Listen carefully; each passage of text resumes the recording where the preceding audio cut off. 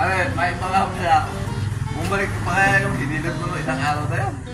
Namang hindi bumalik yun kasi nga pare, medyo hindi ako satisfied sa kulog.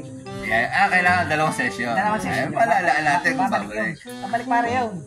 Palagi ko hindi na. Baka magaling ni. Hindi ka. Pala pare. Yun naman eh.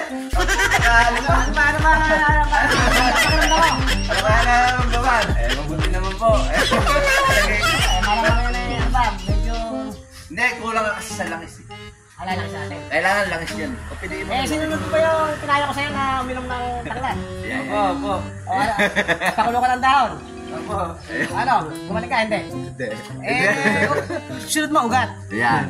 Pampasipag yun. Pagka ano, subukan mo, pagka hindi ka gumaling, pinakamagandang gawin mo. Hanapin yung bulaklak ng tanglad. Bulaklak? Mahirap hanapin yun, ba? Baka may bulaklak yun eh. Ilang malakas makagaling. Langisan mo, baka kulang sa langis. Tirahin mo ng langis. Ito, alagay ko yan, titirahin natin. Kapain mo kasi. Baka kulang ka sa kapain. Ano? Ito, ito. Langis ng bulldozer eh. Ayan. Sure ball. Tingnan mo, ako pa napakabango ah. Paano? Ayun na po. Ito na. May pag-asa ka na. Pag-asa na ako. Tanggal mo kasi lahat ng takip. Sure ball to, sure ball. Para makita nga, makapanin mag kempo yung ano ba talaga nararamdaman. Baka mamaya ipagdasal mo kasi.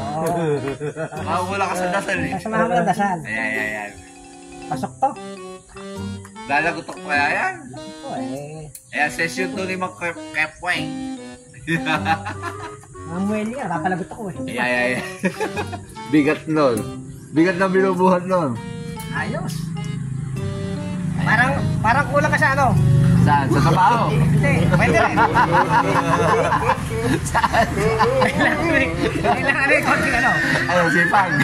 Ayan. Pasok. Papasok. Napakaramdam.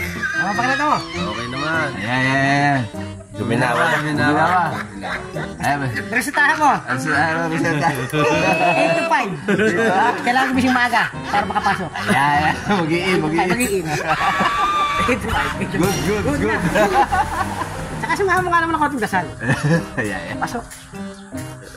Ayos.